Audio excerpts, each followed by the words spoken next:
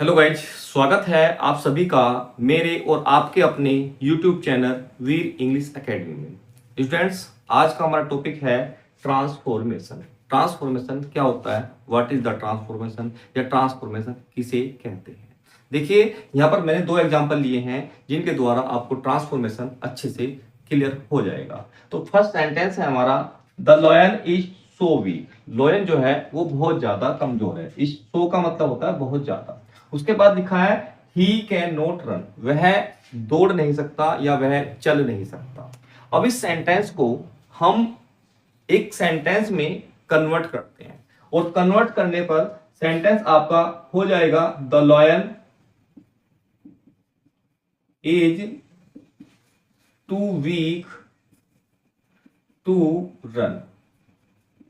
ठीक है, अब यहां पर ये जो सो है, इस सो को हमने टू में बदला और ही कैन नॉट को इस टू में बदल दिया। ये हमारा एक नियम है, रिमूव टू या एडिंग टू। ठीक है, ये आगे हम इस टॉपिक के अंतर्गत पढ़ेंगे कि एक्टिव पैसिव, रिमूव टू, आपका सिंपल से इंट्रोगेटिव या आपका इंट्रोगेटिव से सिंपल सेंटेंस कैसे बनवाते हैं जबकि उसका अर्थ जो है, मीनिंग जो है वो चेंज नहीं होता। तो यहां पर हम अपने वापस आते हैं। तो मीनिंग जो है, the lion is too weak to run.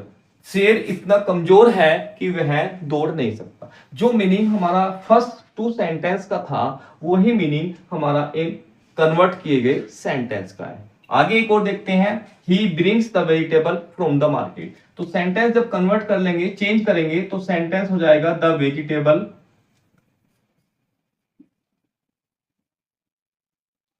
Are brought by him from the market।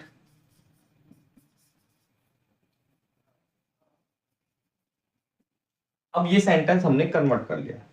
पहले सेंटेंस का मीनिंग है वह बाजार से सब्जियां लाता है। सेकंड सेंटेंस का मीनिंग है the vegetables are brought by him from the market. सब्जियां उसके द्वारा बाजार से लाई जाती हैं। जो मीनिंग हमारा फर्स्ट सेंटेंस का था वही सेंस हमारा सेकंड सेंटेंस का भी है। इस तरह से हमें समझ में आता है कि जब हम सेंटेंस को उसके अर्थ बदले बिना बदल देते हैं, उसका स्ट्रक्चर जो है वो चेंज कर देते हैं या वर्डों को बदल देते हैं और उसका अर्थ नहीं बदलता, तो इस प्रोसेस को, इस क्रिया को हम ट्रांसफॉर्मेशन कहते हैं।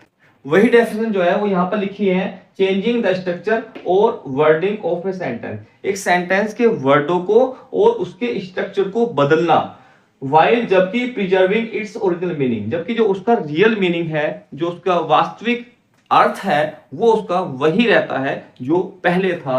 Is called transformation. ट्रांसफॉर्मेशन कहलाता है। तो कहने का मीन्स ये है कि सेंटेंस के अर्थ को बदले बिना सेंटेंस के स्ट्रक्चर में परिवर्तन करना, उसका रूप बदल देना ट्रांसफॉर्मेशन कहलाता है। आई होप ये पॉइंट आपको क्लियर हो गया होगा। स्टूडेंट्स, आज का पॉइंट यदि आपको क्लियर हो गया है, समझ में आ गया है, तो वीडियो को लाइक करना और चैनल को सब्सक्राइब करना बिल्कुल ना भूलें। तो मिलते हैं फिर नेक्स्ट वीडियो में नेक्स्ट टॉपिक के साथ।